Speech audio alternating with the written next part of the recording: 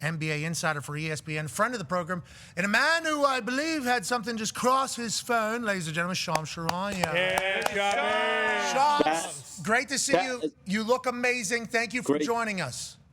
Great seeing you, and as much as I'd love to say how much I miss you, we do have some news. USA Basketball is expected to name Erik Spoelstra as the next men's national team head coach, sources tell me. And so Spoelstra now succeeds Steve Kerr as the head coach. He'll be on the World Cup sideline in 2027 and then the Summer Olympics in Los Angeles in 2028. Grant Hill, the NBA legend, he's actually managing director of Team USA Basketball, and he really narrowed on Erik Spoelstra this entire year, ever since Spoelstra served as the lead assistant on Steve Kerr's staff. And so what we've seen is an infrastructure, a cycle. Greg Popovich was the coach of the Tokyo Olympics several years ago. Steve Kerr was on his staff. He replaces Greg Popovich. This next cycle, Spoelstra was on Steve Kerr's staff, replaces, and now he's going to have a cycle here. And I wouldn't be surprised if it's going to be multiple cycles here for Erik Spoelstra. The job he's done as an NBA coach, the job that he did on the international level, he really impressed a lot of the players, a lot of the Team USA officials in the last Olympics. And it's crazy how young he looks. He's actually the longest tenured active NBA head coach. So he will be the next Team USA men's basketball head coach. Congrats, Spo. Yeah. That's awesome. Okay, so we got the World Cup. We obviously have the Olympics. What else is the head coach of the men's national team in charge of? What other things? Are they setting the tone for all of USA men's basketball and scouting, recruiting, all that type of stuff for the future generations? What added jobs here, other than just this World Cup and Olympics that we all see, does Spo pick up now that he's the head of USA basketball? The greatest country on earth, the greatest basketball history on earth, in a time where it feels like the world's getting good. Yeah. The world's getting really good right now at hoops. So Spo is going to have to manage that as we go forward. But what other jobs does he have other than the big tournaments that we see? Pat, it's going to be the culture of the team, the environment, the structure that he's going to implement first and foremost. And then as time goes on, the years go on, as we get closer to the 2027 World Cup and then the 2028 Summer Olympics, it's being involved with Grant Hill, the rest of the USA basketball officials, on figuring out who's going to be on these rosters. You think about how talented of a group that 2028 squad is going to be. It could also be a younger group. Steph Curry, LeBron James, they were very vocal privately, a little bit publicly, that they wanted to have one final USA basketball run. So this is it for them.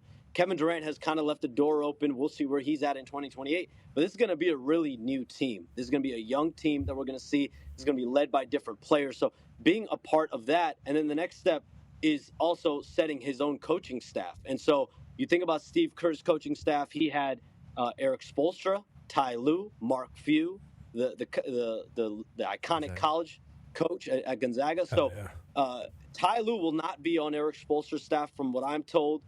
So Erik Spoelstra is going to have a new staff as he takes over as the USA basketball coach. Is there a chance that maybe Mazzulla gets on there so Tatum can play? Yeah.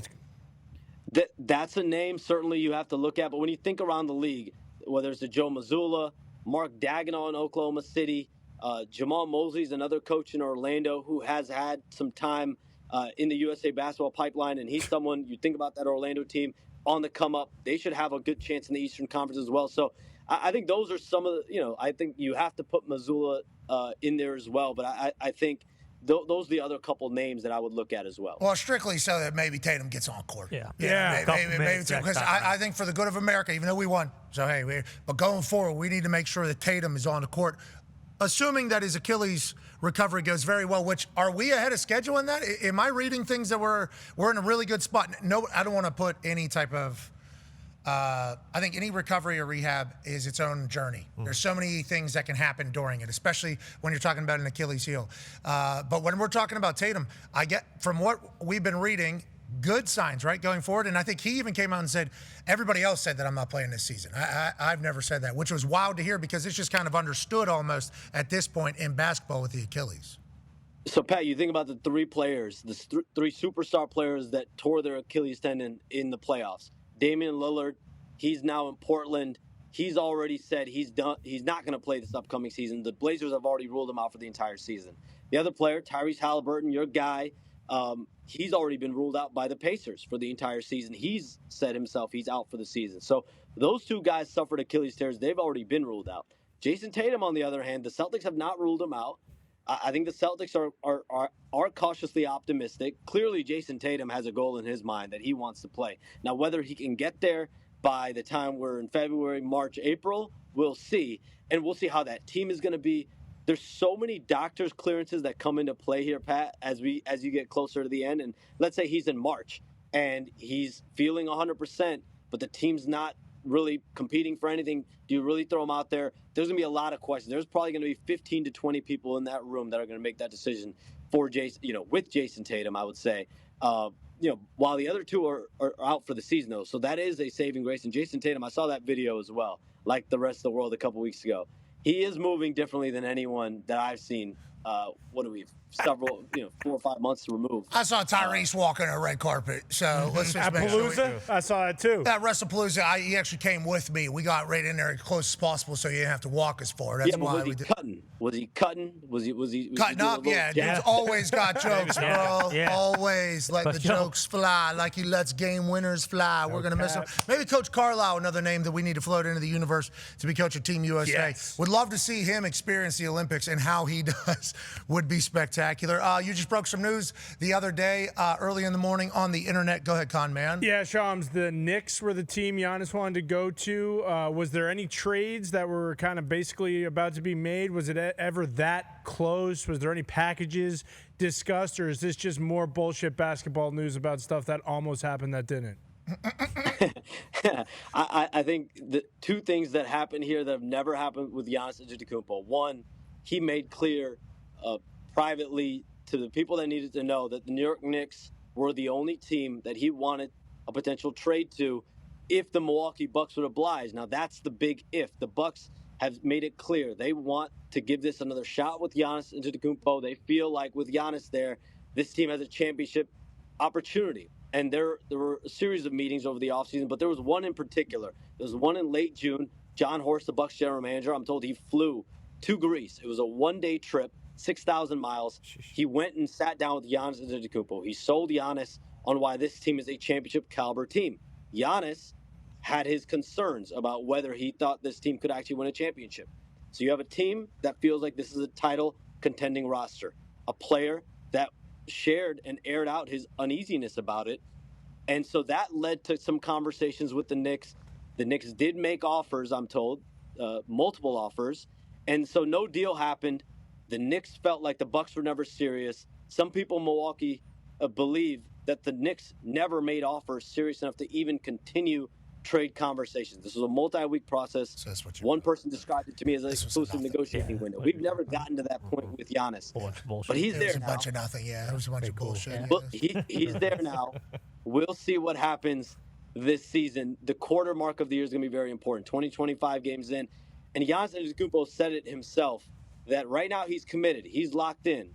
He said 6-7 months from now, I don't know where I'll be.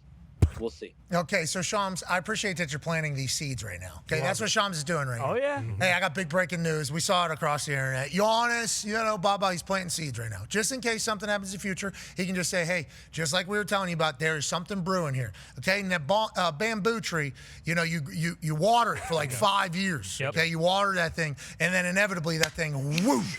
Okay, but I'm just a messenger. I'm just a messenger. If this stuff wasn't happening, I wouldn't have anything to talk about. No, but that's what I'm saying to you. Amen. I'm saying you're watering this plant right now. Like it's a band. And then whenever it happens, people better say, Shams said it would. Yeah. Okay, and that's part of the insider process is following stories. And then every once in a while one pops up out of the middle of the night right after a Royal Rumble in Indianapolis, and Luka is now all of a sudden the LA Laker. Wow. And it becomes historic, and everybody thought your phone was hacked. So Shams, we appreciate the way you operate, the way you move, and the way you cover the NBA. You're the greatest. When do we start? When's basketball's happening?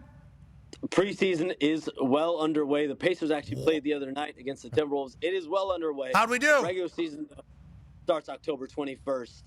Houston at Oklahoma City, then Warriors, Lakers, doubleheader. NBC has that, and then ESPN has multiple doubleheaders after that. So that is opening week. But Pat, I'm telling you, preseason is underway, and this Giannis Antetokounmpo situation, this is what's going to grip the league to start the year. Take my word for it. watering that bamboo tree. That's right. Is Guangzhou coming up to Indy to play after the Spurs game? Who's that? The Guangzhou Sharks. I forget actually what their mascot is, but they were torn. The Spurs beat them the other day. Yeah. One of the CBA teams. That's So that's what I think preseason Victor is. Oladipo's on that team. Oladipo's playing for that team. He's trying to make a comeback after 2 years away from basketball. Really? Shout out Victor Oladipo. Yeah, shout out Indiana University great Victor Oladipo. He's playing for the Guangzhou. The Guangzhou. I'm not Lose sure. Lions, I think. Yeah. Oh, Lions, sure, there. Lions, Okay. yeah. You just said a Guangzhou different Lions. team. That's a vastly different team than we were. Anyways, we appreciate you so much. How'd the Pacers do the other day? Did we do good? The Pacers lost to Minnesota. I don't know what happened exactly in the second game. Jesus, They did just sign Campaign, though. Shout out Campaign. He just signed a training camp deal with the Pacers. I just saw It's huge. some breaking news Oh, from no. preseason. Let's keep him out of preseason. We don't need him playing. What? T. McConnell did have he did look like he strained a muscle there. Holy shit. Need to play preseason. No. Hey, he's man. gonna Coach be- Carlisle said, hey, listen, this is your team now. We do not need any injuries to TJ McConnell. That guy's going to be playing 45 minutes a night this year. Maybe the whole thing. Yeah, exactly. We're not 100%. He might be Max Crosby. Pat, He could be. how's Tyrese doing? Do we have an update? How's he feeling? How's he doing? I think his life right now is rehab, recovery, finding things in Indiana to do. Yes. That is so he doesn't lose his mind. So he is always on it, I think. And mindset very positive. And obviously the city of Indianapolis loves seeing him. He was at every Fever game, obviously the Colts game. If there's a charity event that he can get to, he'll go. I mean, he is trying to stay active without losing his mind because he's been confined to his house basically since this whole thing happened. So he's positive. I'd say he is naturally a optimistic, positive dog human. And it feels like he's carrying that into this. But that's a long road, brother, because it's such a slow road because he's able to walk. You know, he gets out of the boot and you can walk, and then it's like, hey, you're nowhere near done right now. Yeah. And it's like, it's a mental task. That's why the Tatum stuff is awesome to hear, you know? Yeah, I mean, these are long recoveries, but once you start walking and you start being able to move even a little bit on the basketball court, just as a basketball player, I'm sure their mind is going crazy. Like, you want to be doing stuff at 100%, but you just can't. You got to, it's a long, monotonous recovery. And then, hey, you got another 7 months, actually. You're just going to be staring at it. You can't move the whole time. And like half the time, it takes a year. Like everyone's talking about Tatum coming back, and awesome, that would be cool. But it feels like it even takes a year just for guys to get their legs back under them, and then they're back to what they. At least a year, even the second year afterwards, it comes in for our sport at least. And then Tyrese, it takes a year. When was his? Oh, the last possible game of the season. Game 7 of the final. The latest possible game. And he was going to score 60. I know. Such a bummer. I know. No time for what ifs. No time for what ifs. Huge news around the basketball world. Obviously, this was tweeted by Schefter this morning. Inside the NBA is making its official broadcast debut over on the ESPN network. Says TNT Sports will still create that from Atlanta, and it'll be licensed through ESPN, who got a majority of the NBA coverage rights. Remember, TNT could have kept it. Yes. Okay. They could have. Everybody's attacking everybody, but there's still a way that could have happened. Instead, ESPN gets to broadcast one of the greatest shows in the history of sport. Shams, have you met these guys? Yeah, I mean, I've spent time with Turner. I've done stuff with Shaq, done stuff with Kenny, know Kenny pretty well. I talk to Ernie every time we see each other. I mean, these are just great human beings. Chuck is hilarious. I actually was a part of the 75 greatest players draft that Turner held. I want to say it was 2022 or 2023, but the All-Star game was in Cleveland, I believe, that year. Nailed it. But it was a treat just being a part of that stage. Jerry West was there, so it was just an honor to be there. And those 4 guys I got to talk to at length, and it's going to be amazing to continue to see that show now on ESPN, our airwaves. Yeah, it's great.